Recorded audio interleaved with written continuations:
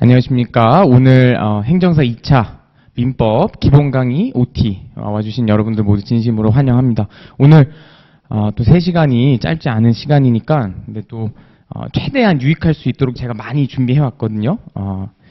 최대한 많이 가져가셨으면 좋겠습니다. 그냥 간단하게 제 소개를 하면 저는 8회 변호사 시험을 합격하고 지금 현재는 합격의 법학원에서 민법 전임 강사로 있습니다. 이 페이지를 마련한 이유는 갈기 바쁨에도 불구하고 이 책을 팔려고 하는 게 아니라 민법에서 가장 쉽게 쓴 민법책 굳이 말씀드린 이유 1번 오늘 강의 설명드리는 내용이 다 책에 있어요. 그러니까 이 책을 여러분한테는 제가 뭐랄까요 약간 저자 직강으로 약간 더 소화하기 쉽게 설명드리는 거죠. 두 번째 여러분들 아시겠지만 행정사 시험이 시험 범위가 제한돼 있어요. 근데 그게 양날의 검이에요. 그러니까 무슨 말이냐?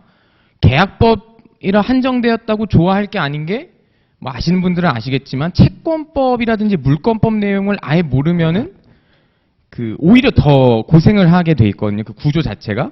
근데 제가 그런 뭐랄까요? 계약법 공부에 딱 필요한 채권법, 물권법 내용만을 제가 좀 알짜배기로 섞어놨어요. 그러니까 행정사 공부할 때 도움이 되실 것 같아서 말씀을 드렸습니다. 한번 참고하시면 좋을 것 같습니다. 네, 저랑 공부하시는 분들은 아시겠지만 항상 목차 매니아입니다. 항상 좌표를 잘 잡아야 되죠. 오늘 제가 파트 3개를 준비하는데 강의 한번 보셔도 되고 파트 3는 뭐 그냥 조문일독에서 뺐고 크게 2가지 준비했습니다. 그래서 1번은 OT 시간이니까 행정사 2차 시험이 어떤 시험인지 그리고 근데 요거는 뭐 많이들 아시겠지만 요게 이제 좀 꿀팁이죠. 반드시 알아야 하는 5가지 팁. 뭐 나와 있는 김에 한번 읽어볼까요? 그래서 목표를 명확히 할 것, 작성법을 통일할 것, 전략적으로 접근할 것, 효율적으로 공부할 것, 직접 손으로 써볼 것. 역시 저한테 수업을 들으신 분은 긴장하고 벌써부터 같이 읽어주시네요.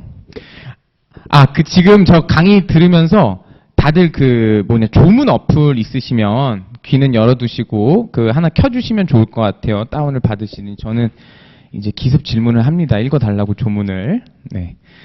그래서 이게 5가지 팁, 요 5가지 팁을 오늘 가져가셔서 뭐 수업 내용이랑 별개로 사실 이것도 되게 중요한 팁이잖아요. 그렇죠? 수험 팁. 그래서 요거 OT 때 조금 하고 요게 하이라이트죠. 지금까지 공부한 것, 앞으로 공부할 것. 그래서 이것도 둘로 나눠서 지금까지 공부한 것은 우리 1차 시험에 나왔던 거를 좀 복습하려고 했는데 1차 시험이 민법 총칙의 어떤 뭐 기술적인 내용을 복습하겠다는 게 아니라 2차 내용까지도 연결이 되는 아주 핵심적인 부분들 딱 3개만 꼽았어요. 정말 고르고 골라서 하나의 사건 여러 가지 이름표 이게 또 중요하죠. 약속과 처분의 차이 정말 뭐 제 강의 들으신 분들한테는 정말 지겹게 강조했죠. 제3자 그리고 이제 실제 2차에 관련된 내용 그래서 1번은 약속 지켜져야 한다. 핵심은 2번, 3번, 4번이죠. 네. 채무불이행에 기한 손해배상 청구랑 계약 해제 그리고 변제 제공 쌍무계약 2가지. 1번은 아까도 말씀드렸다시피 OT 준비하면서 그런 생각을 많이 해봤어요. 뭘 말씀드리는 게 좋을까? 그래서 1번 계약법 강의할 때 강의하기 힘든 채권법 내용을 오늘 좀 맛보기로 알려드리자. 왜냐면은 이제 강의 시작하면은 채권법 내용은 그냥 다 이제 강사들이 그렇게 한단 말이에요. 다 아시죠? 이렇게 해서 이제 넘어간단 말이에요. 우리는 배운 적이 없는데. 그래서 그거를 좀 체크를 할 거고, 정말 제가 사랑하는 쌍무계약과 마법저울 이야기. 요것도 막 자세하게 할 거 아니에요. 뭐 몇 회독 하신 분들이 있으니까 말씀드리면 뭐 동시행 항변권, 뭐 담보 책임, 뭐 이런 것들이 나오는데 그게 중요한 게 아니라 그것이 쌍무계약에서 갖는 의미. 그래서 저는 오늘 좌표 잡아드리는 거예요. 그런 것들을 하려고 합니다. 목차는 이렇게 잡았고. 바로 3분이나 지났네요. 민법 시험 개관부터 해보겠습니다. 여러분들 이제 강의 한번 보시면서 따라오시면 좋을 것 같고, 이거 한 3분이면 바로 할 수 있죠? 우리가 2차 시험에서 민법이 들어가는데 계약법에 한정되어 있고, 1교시에 보는데 거기 제가 표에도 적어놨지만 2개를 동시에 보죠. 행정 절차랑 민법을 동시에 봐요.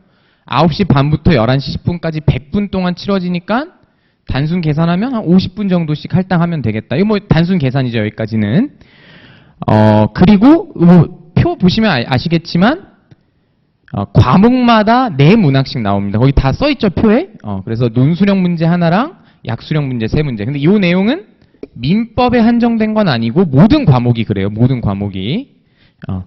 여기까지는 그냥 뭐 표 내용 해석한 거고 요거 2개가 중요하죠.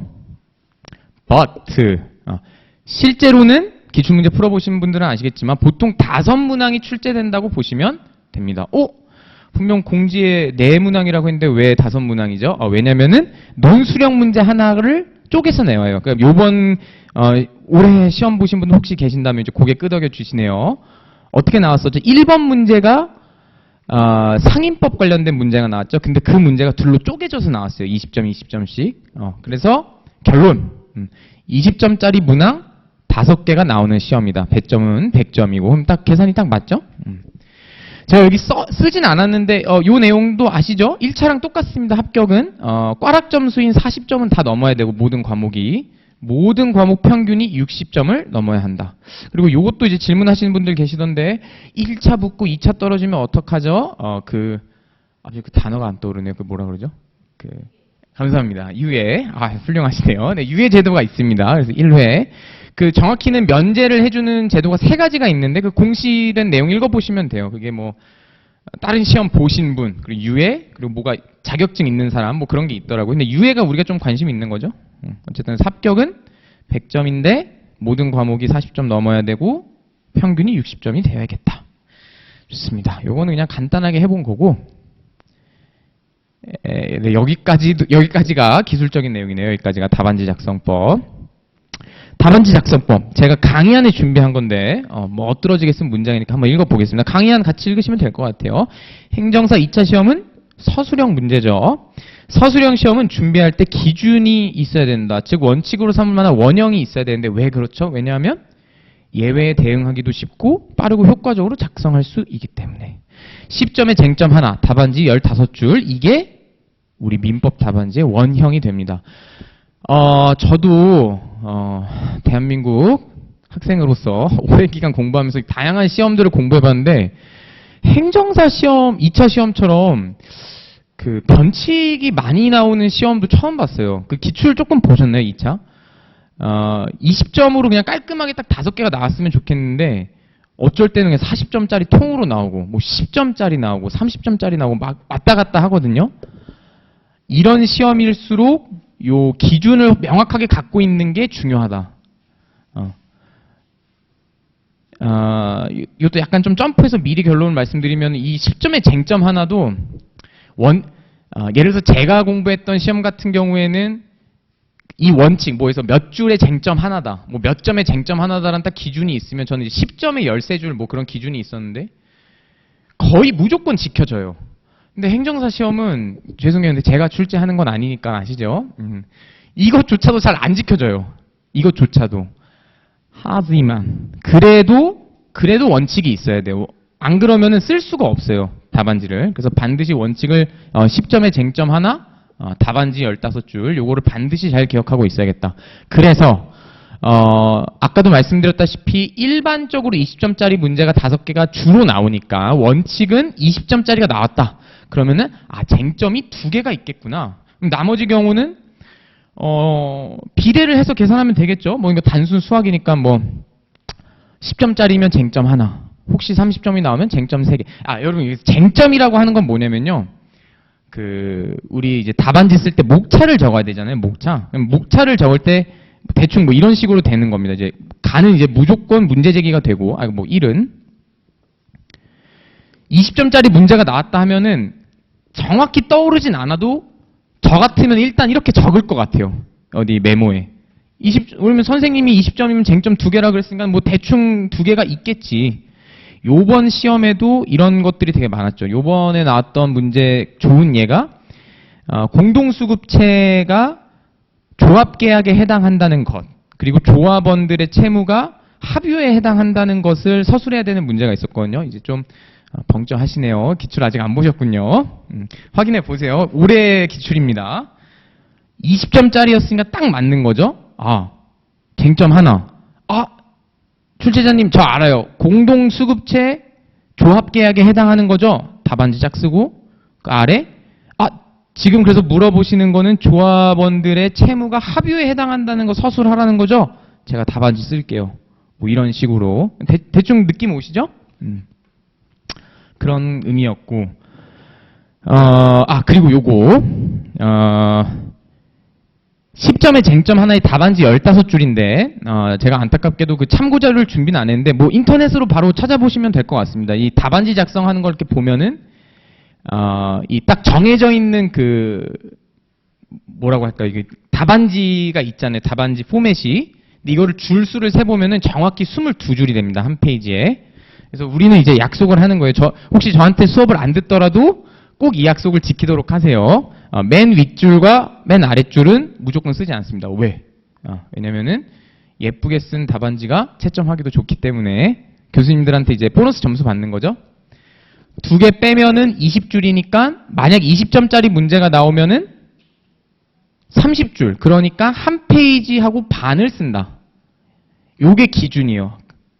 근데 아까 전에 제가 좀 안타깝다고 말씀드렸다시피 이게 항상 지켜지진 않습니다. 역시 또 요번에 예를 들면은 요번에 20점짜리 문제로 계약 체결상의 과실 문제가 나왔는데 아무리 아는 체를 하려고 해도 한 페이지 반을 쓸 수가 없죠. 그거는 그런 문제가 있었어요. 535조에 대해서 약수를 하는 그거는 뭐 알고 있는 거를 다 쥐어짜도 한 페이지 정도밖에 안 나옵니다. 그러니까 어쩔 수가 없어요. 다시 말한다. 지금 말씀드린 이 10점의 쟁점 하나 10점의 15줄은 원칙인 겁니다. 여러분이 이제 공부하고 해가면서 조금씩 바꿔 나가셔야 돼요. 센스 있게. 좋습니다. 이제 첫 번째 쟁점은 10분 안에 마무리했고, 좋습니다. 반드시 알아야 하는 5가지 팁을 이제 또 설명을 드리도록 하겠습니다. 제 원래 강의 스타일대로 한번 해볼까요? OT이긴 하지만 첫 번째 선생님이 소제목만 지금 앞에 보이는 첫 번째 선생님이 소제목만 일단 좀 크게 다시 한번 읽어주시겠습니까? 반드시 알아야 하는 5가지 팁. 첫 번째. 아니요. 요것만 읽어주십시오.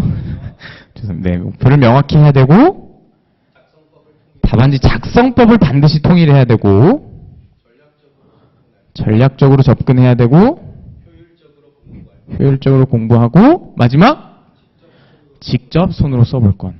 요 5가지를 해야 돼요. 지금 OT 들으신 분들도 이제 긴장하셔야 됩니다. 제가 질문을 되게 많이 해요. 전 강의할 때.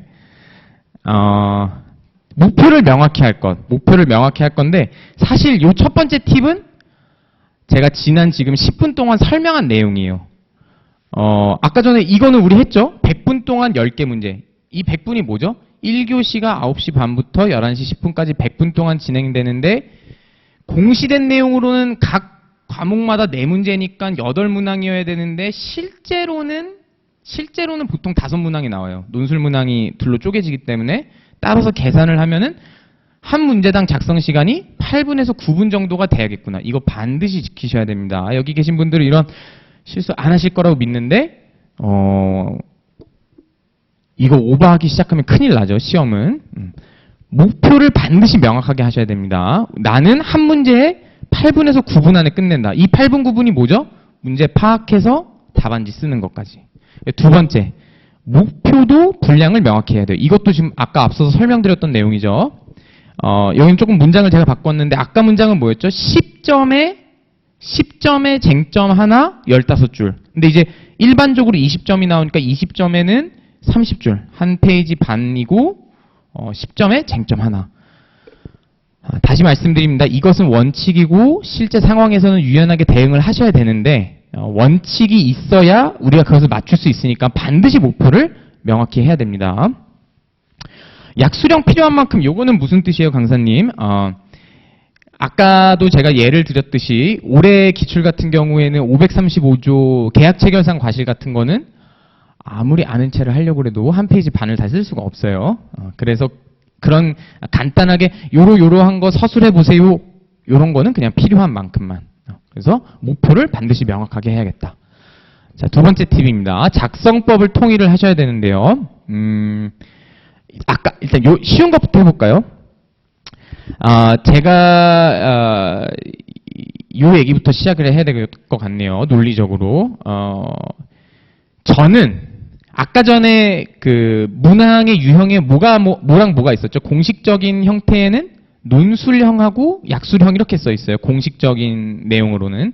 근데 우리는 앞으로 세 가지 유형으로 쪼개서 말을 할 겁니다. 뭐 이건 강사님들마다 좀 다 다르긴 한데 단문 사례형하고 단문 사례형, 연계 사례형,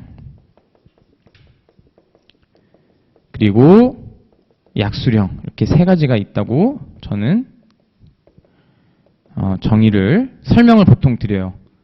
벌써 세 번째 설명드리네요. 올해 나왔던 기출인 535조 계약 체결상 과실 설명해 보세요.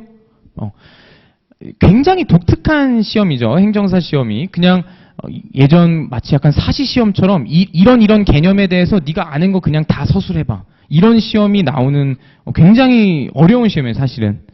약술형은 필요한 만큼에다가 모범 답안을 미리 준비해야 돼요.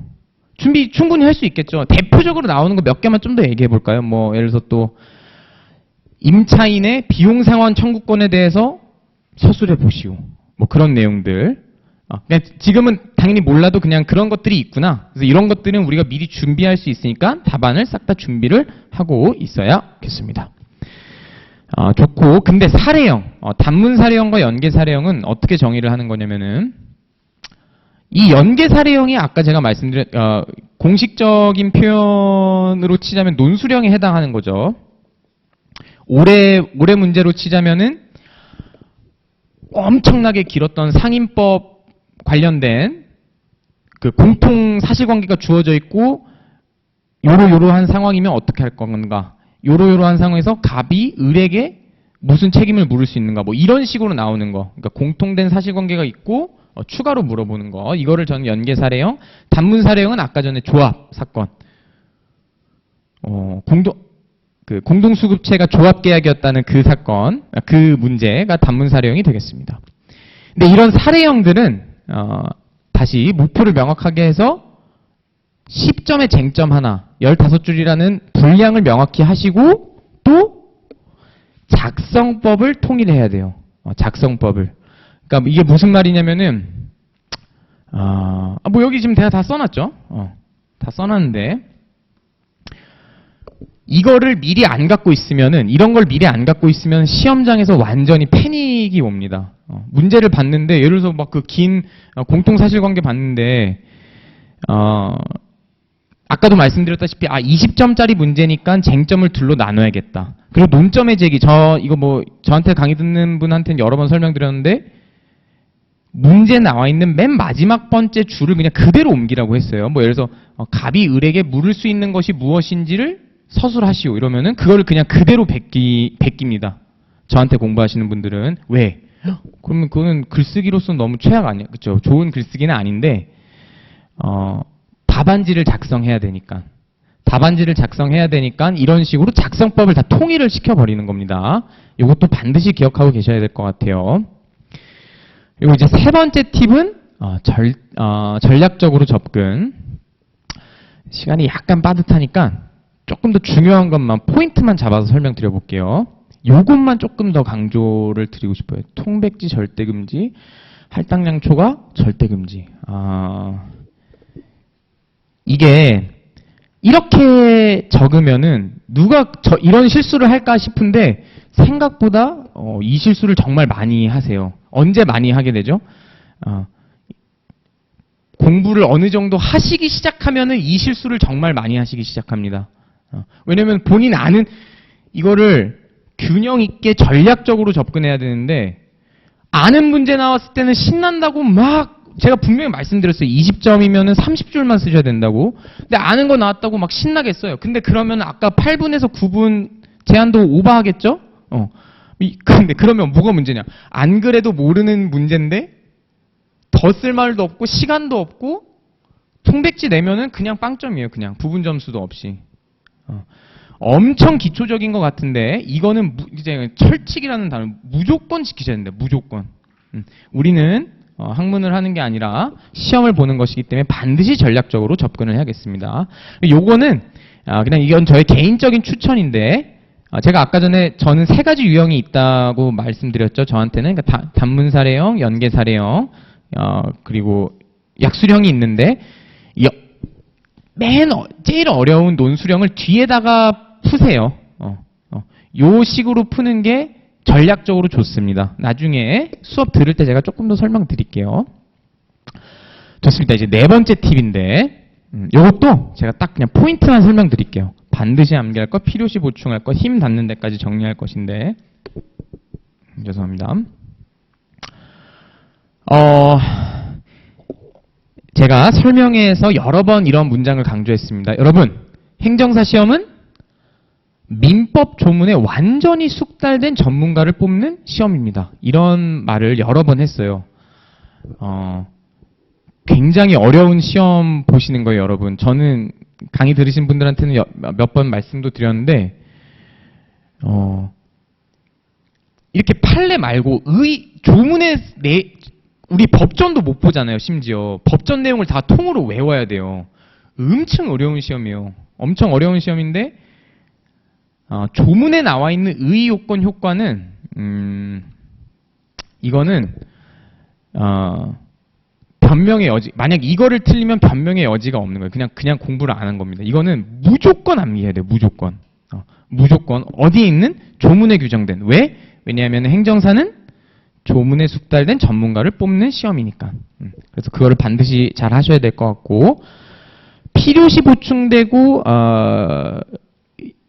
요거 두 개는, 그러니까 플러스 알파라는 거예요. 뭐, 이 정도 설명하면 되겠죠? 네, 반드시 암기할 거. 그래서, 하여간 제일 중요한 건 조문에 나와 있는 의의 요건 효과는 반드시 효율적으로 공부하셔야 됩니다. 이 단어 보니까 저도 설명할 게 하나 더 생각났네요. 또 이제 또, 공개 고백을 해야 되죠. 저는 이제 로스쿨에서 공부를 하는데, 유급을 했었습니다. 1학년에서 굉장히 성적이 안 좋았어서, 유급을 했는데, 왜? 지금 생각해보면 효율적으로 공부를 못했어요. 왜? 이 순서대로 이렇게 해야 되는데, 판례를 공부하다 보면은 이제 재밌는 판례가 생겨요. 그러면 이거 열심히 파서 교수님한테 아는 척 해야지. 질문하고서 교수님이랑 대화해야지. 그러면은 시험 못 붙습니다. 효율적으로 공부해야 됩니다. 반드시 전략적으로. 그리고 다섯 번째 팁. 직접 손으로 써볼 것. 요것도, 지금 시간이 빠듯하지만 그럼에도 불구하고 이것도 에피소드를 꼭 설명드려야 돼요. 아까 전에 통백지 내면 안 되는 거랑 다음으로 중요한 내용인데 여러분 그 누구보다 공감할 수 있습니다. 아는 내용 하나도 없는데 답안지 쓰려면은 좀 많이 답답하잖아요. 교수님이 쓰라고 하면은 아니 그냥 책 보고 쓰라고 하면은 이거를 베끼는 게 의미가 있나 이렇게 싶을 수도 있는데 베끼는 게 의미가 있어요. 아직 안 배우셨으면은 베껴서라도 반드시 손으로 써보셔야 됩니다. 제가 자극이 되라고 아주 간단한 에피소드, 빨리 이건 OT 때만 할 수 있는 에피소드죠. 하나만 말씀드리면 제가 이제 제가 법 공부할 때 저랑 같이 스터디를 했던 친구가 있는데. 솔직히 조금 이해를 하는 속도가 조금 느렸어요. 오히려 막 제가 다 설명을 해주고 그랬습니다. 그런데 이 친구가 갑자기 꿈을 갖기 시작했어요. 본인 판사를 하고 싶다고. 판사를 하고 싶다고 꿈을 가졌는데 이해가 안 되니까 뭘 하기 시작했냐면은 판례랑 모범 답안을 그냥 통으로 베끼더라고요. 그래서 하루에 목표를 어떻게 잡냐면은 답안지에다 50페이지씩 그냥 손으로 받아 적는 거예요. 50페이지씩. 주요 판례를 교수님이 말씀해 주시는. 이미 제가 이 스토리를 꺼내면은 결론을 아시겠죠. 해피엔딩이었고요. 저희는 이제 로클럭이라는 시험이 있는데 그걸 붙은 정도가 아니라 전국 1등을 했어요. 전국 1등 해서 전국 1등을 했어요. 그러니까 어떻게 근데 이제 그 친구랑 이제 끝나고 나서 술 하면서 이제 얘기를 하는데, 야, 근데, 겁 안 나냐? 이게 그냥 손 베끼는데 그게 도움이 되냐? 이러는데, 만약에 너가 준비 안 한 문제가 나오면 어떻게? 했더니 그 친구 답이 그냥 써진대요.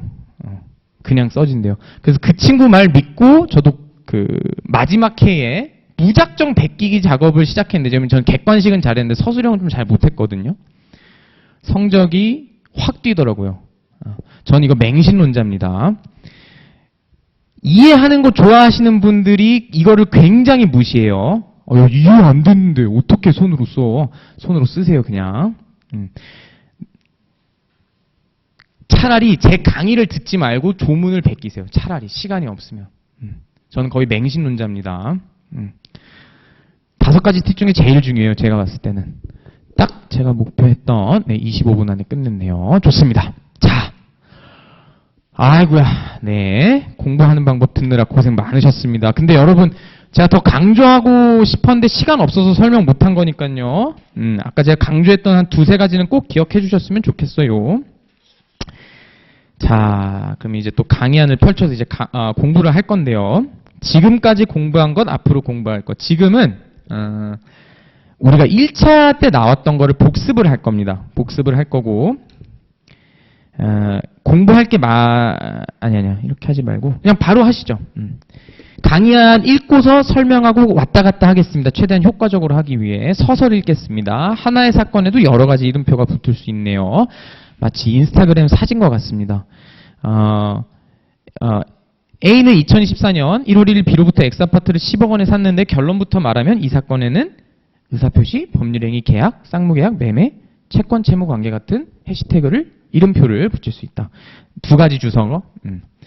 이거는 이제 제가 책에 썼던 예인데 조금 더 와닿게 설명을 드리자면 인스타그램은 다들 아시죠? 지금 인강 들으시는 분들도 당연히 아실 거라고 봅니다.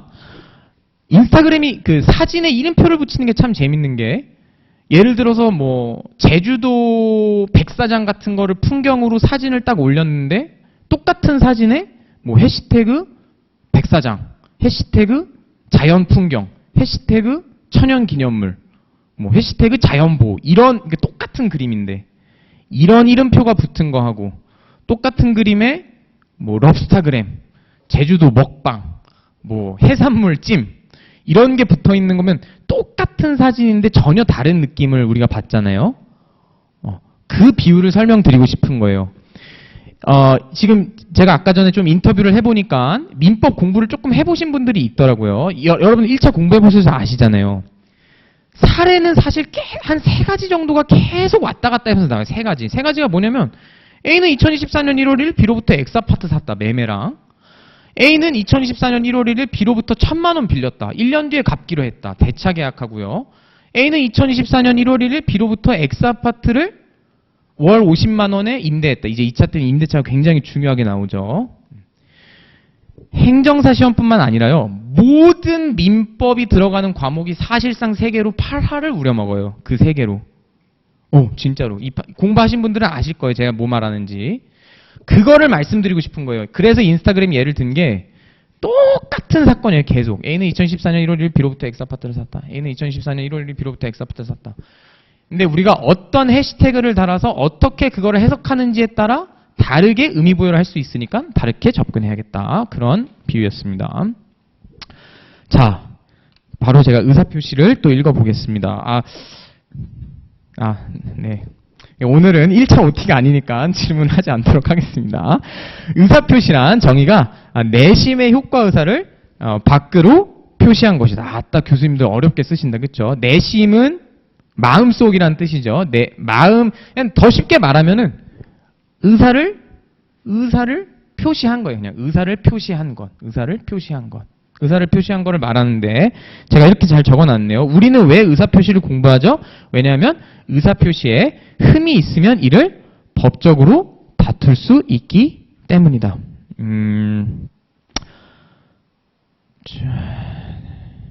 제 앞에 계신 선생님 혹시 조문 찾아서 107, 108 107, 108만 한번 읽어주실 수 있나요? 107조랑 108조.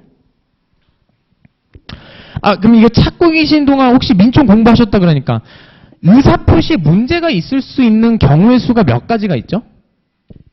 이제 다들 눈을 피하죠. 다들 아무도 저를 안 쳐다보십니다. 맞습니다. 맞아요. 답이 나왔습니다. 4가지예요. 이제 근데 약간 기억이 새록새록하죠. 어디서 들어본 것 같아요. 조문이 어떻게 될 그 4가지가?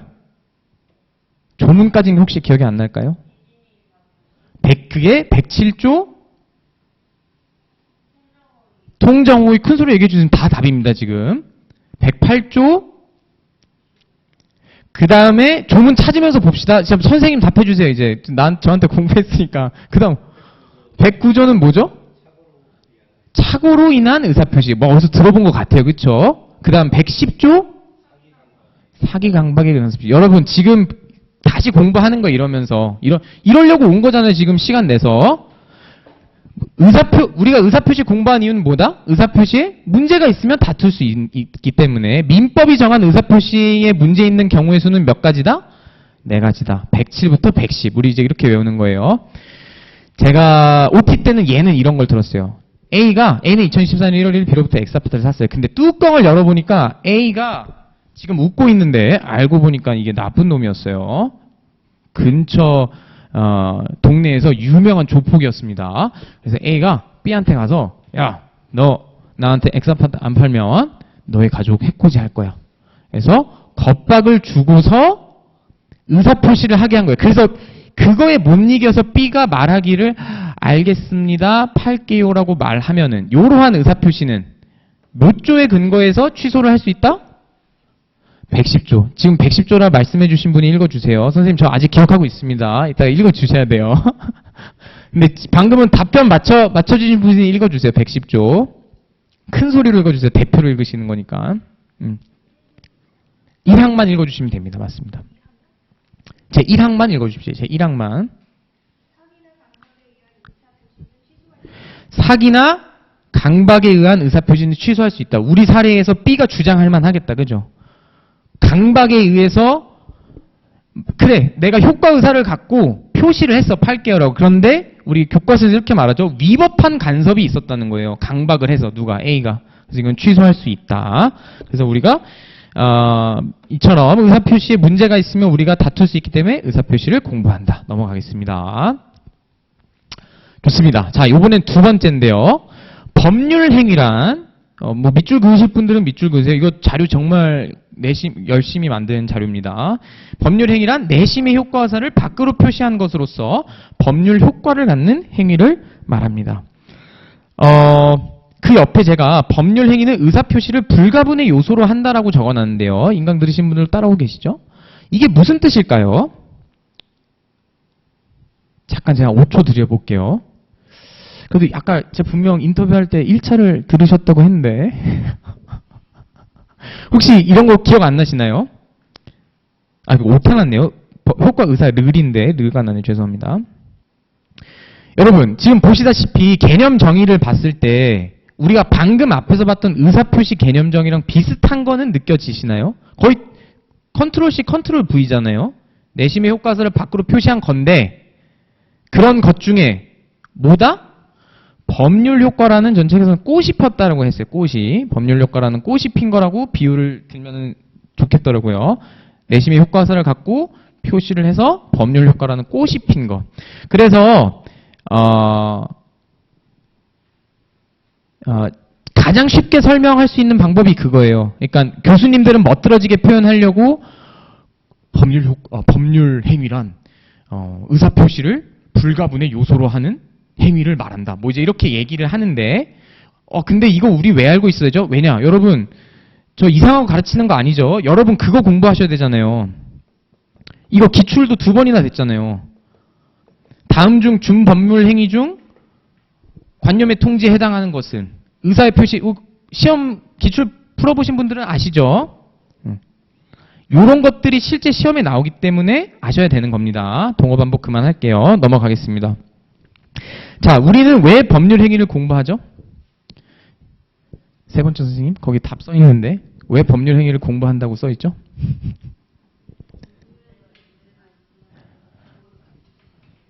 법률 행위에 문제가 있으면 이를 다툴 수 있기 때문에.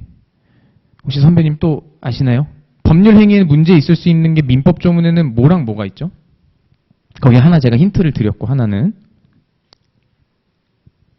아시는 분 조문을 찾아보시면 되겠죠?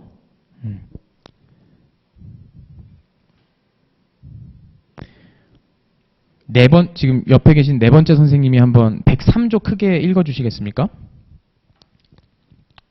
선생님은 세 번째 선생님이십니다. 아니요. 대답하셨으니까 이제 넘어가시는 겁니다. 103조 읽어주세요.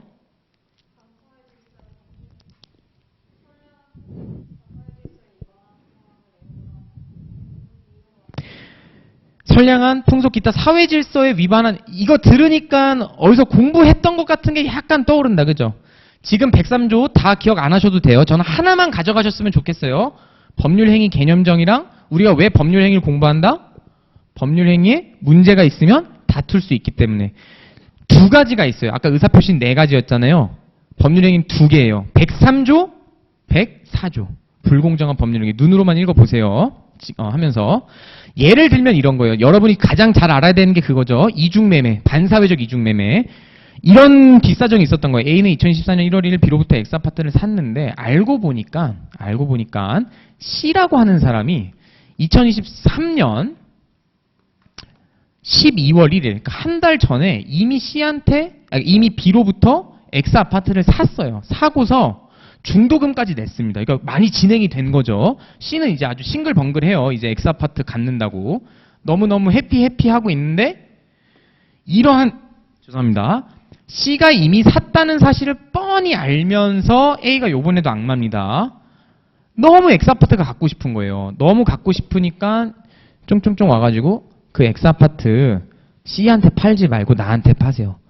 라고 하면서 판례 표현이 뭐라고 나오죠? 적극적으로 꼬드기고 배임 행위를 유도시키는 거. 조금 기억이 날랑말랑 하시죠? 네. 그렇게 되면은 이러한 이중매매는 반사회적 법률 행위로서 무효다. 그래서 문제가 있는 거죠. 법률 행위에. 요거가 무효가 돼버리는 겁니다. 왜? A가 선량한 풍속 기타 사회 질서에 위반한 법률 행위를 한 것이어서. 넘어가겠습니다. 자, 채권, 채무 관계입니다. 이제 요거는 1차 때 안 배웠던 거다. 그쵸? 자, 채권이란 다른 누군가에게 무언가를 시킬 수 있는 권리를 말하고, 채무란 다른 누군가에게 무언가를 해주어야 하는 의무를 말한다. 두 가지만 제가 짚고 넘어가겠습니다. 1번. 지금 하나는 제가 잘 적어놨네요. 채권과 채무는 동전의 양면과 같다. 이거는 제가 더 설명 안 드려도 직관적으로 알아지시겠죠? 무슨 말이죠? A는 2014년 1월 1일 B로부터 X아파트를 샀다. 따라서 A는 이 약속에 근거해서 B한테 손을 내밀면서 야, 우리 약속했으니까 X아파트 내놔. A라고 하는 누군가가 B라고 하는 다른 누군가에게 무언가를 시킬 수 있는, 여기서 무언가가 뭐죠? X아파트를 달라고 할 수 있는 것. X아파트, 정확히는 소유권이죠. X아파트 소유권 내놔. 뭐에 근거해서? 요 약속 근거해서. 요 얘기하고 싶어서 꺼낸 얘기죠. 그러면 방금 그 사안에서 A가 채권자니까 동전의 양면으로 자동으로 B는 누가 된다? 채무자가 된다. 이게 동전의 양면인 거고. 하나만 더 짚고 넘어갈게요. 하나 더 짚고 넘어가고 싶은 것은 뭐다? 채권이라고 하는 건요. 여러분 이걸 좀 느껴주셨으면 좋겠어요. 이게 이상할 정도로 평이하게 정의되어 있지 않아요? 저는 참 굉장히 아름다운 정의라 생각하는데, 다른 누군가에게 무언가를 시킬 수 있는 권리.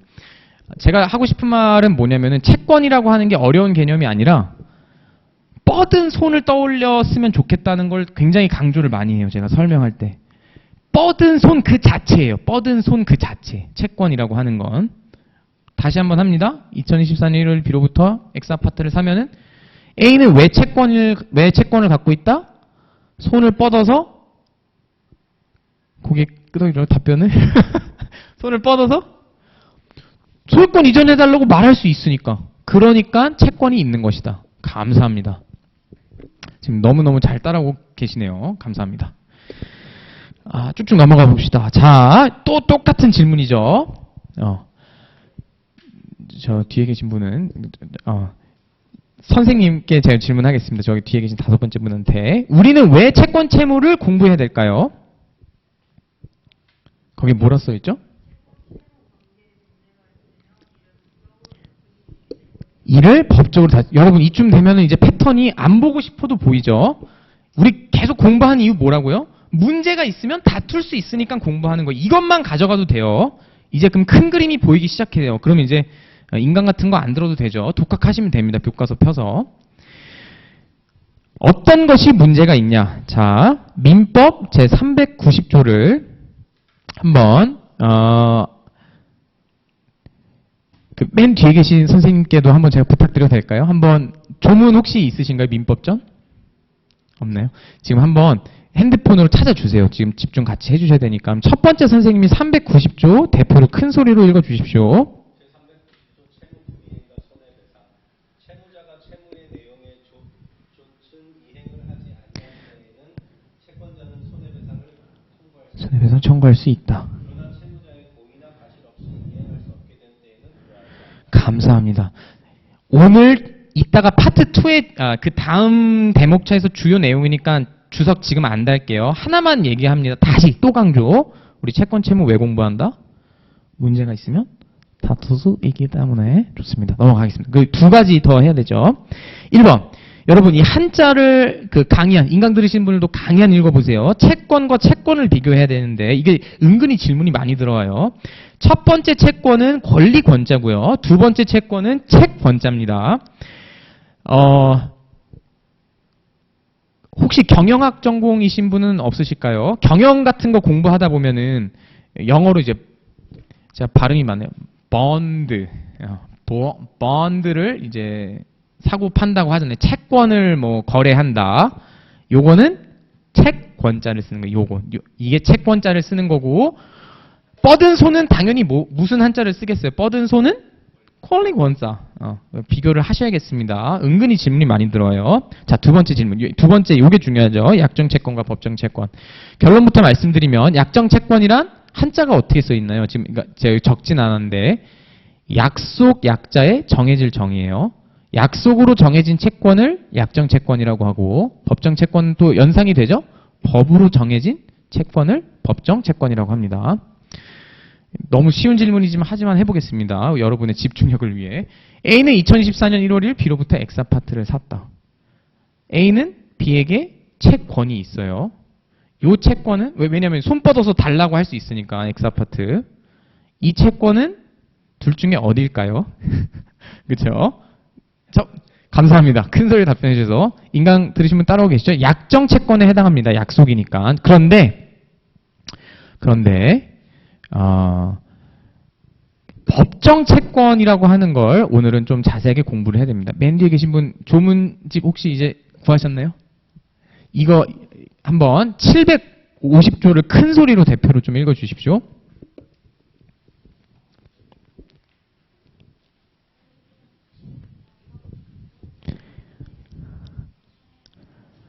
감사합니다. 제가 인강 들으시는 분들 위해서 한 번 더 크게 읽겠습니다. 고의 또는 과실로 인한 위법행위로 타인에게 손해를 가한 자는 그 손해를 배상할 책임이 있다. 요걸 이제 불법행위에 기한 손해배상 책임이라고 하는데, 더 쉽게 A는 잘 길을 가고 있었는데 2024년 1월 1일 B가 운전을 하고 있었어요. B가 운전을 하고 있었는데 B가 전방과실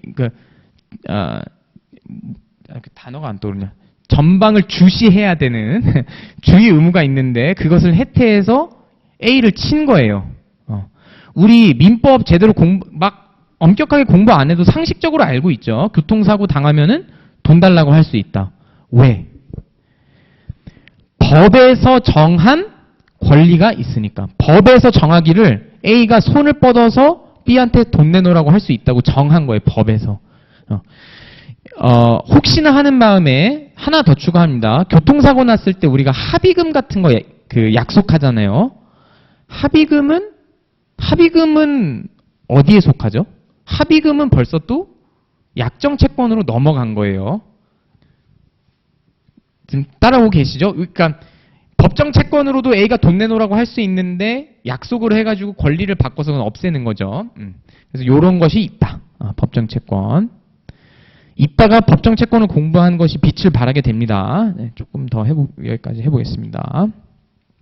자, 이제 계약인데요. 계약이란 청약의 의사표시와 승낙의 의사표시가 합치하는 법률행위를 말합니다. 법률행위에는 계약과 단독행위가 있다라고 하네요. 이제 계속 반복됐으니까 이번엔 제가 읽겠습니다. 우리는 왜 계약을 공부하는가?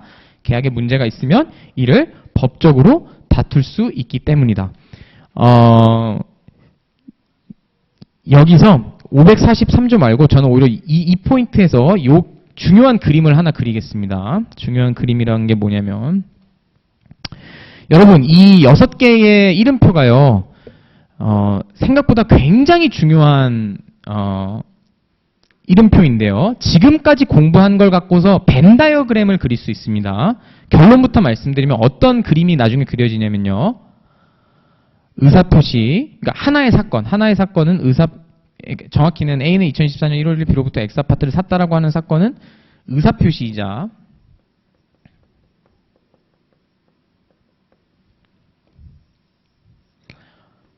법률 행위이자 계약이자 요거는 어디 강의 안에 가피를 해도 좋을 것 같습니다. 굉장히 중요한 벤 다이어그램이라 쌍무계약이면서 매매이면서 이게 또 여러 번 반복하니까 이제 답이 나오네요. 너무 기쁩니다. 요거는 채권 채무가 따로 있죠. 제가 3가지만 질문해 볼게요. 자, 1번 질문. 왜 법률 행위라고 하는 개념이 잘 안 보이시나요? 보이시죠? 네. 왜 법률 행위라고 하는 개념어가 의사표시 안에 들어가 있죠? 우리 아까 밑줄 그었어요. 제가 이거 하려고 아까 설명을 드렸던 겁니다. 고개 끄덕이신 선생님 답변해 주십시오. 왜 법률 행위가 이렇게 안에 들어갈 수 있죠? 개념적으로.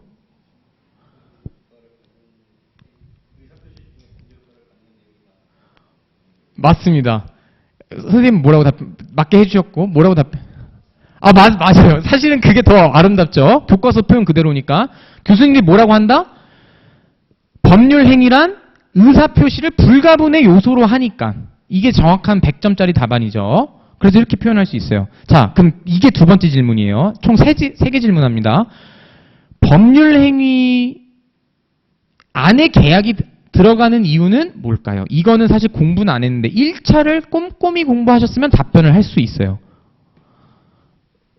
제가 5초만 드리고 여기서 또 설명을 드릴게요.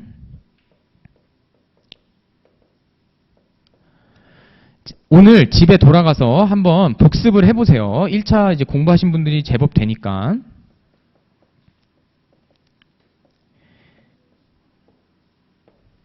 뭔가 또 나오고 있었나요? 사실 여기 제가 답 적어 놓기도 했을 것 같은데. 그쵸? 맞아요. 계약이란, 맞아요. 개념 정의 자체에 사실 써놨어요. 청약 의사표시와 승낙의 의사표시가 합치하는 법률 행위예요. 계약 개념 자체가.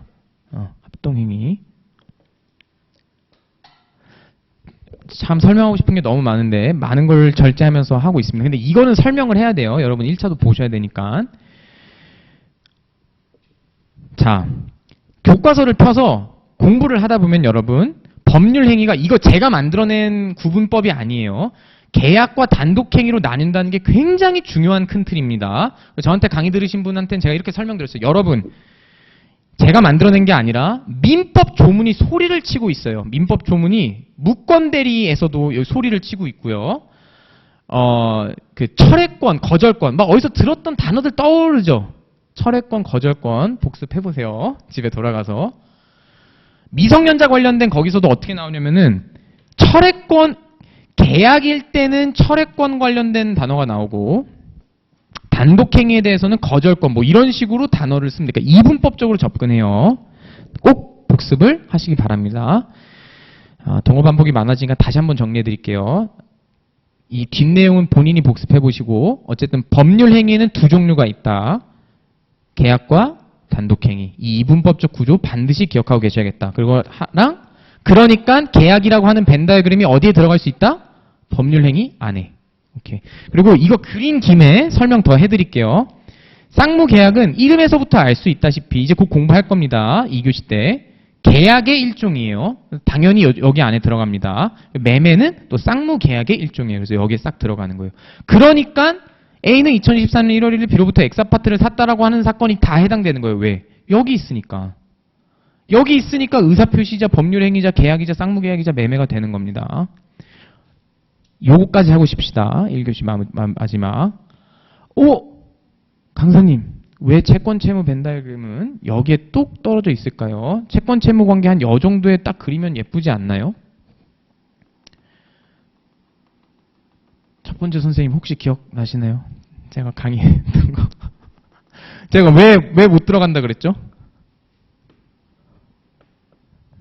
모르겠네요. 혹시 뭔가 모르겠어요. 지금 뭔가 막 눈빛이 아시는 것처럼 해주시는 것 같아서 이거 안 됩니다. 왜? 왜냐하면 법정 채권 때문에 안 돼요. 법정 채권 때문에. 법정 채권 때문에 안 돼요. 채권 채무는요. 채권 채무는 그림이 아까 어떻게 돼 있다고 그랬죠? 법정 채권하고 약정 채권 양분돼 있어요. 계약은 곧 약정 채권이에요.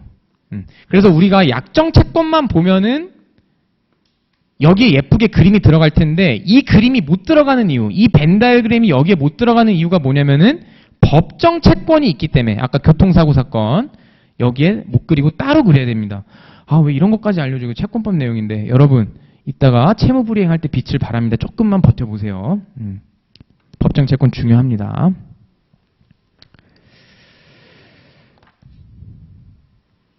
잠깐 쉴까요? 잠깐 쉬었다가 마저 하겠습니다. 2교시는 조금 더 속도를 내도록 해보겠습니다.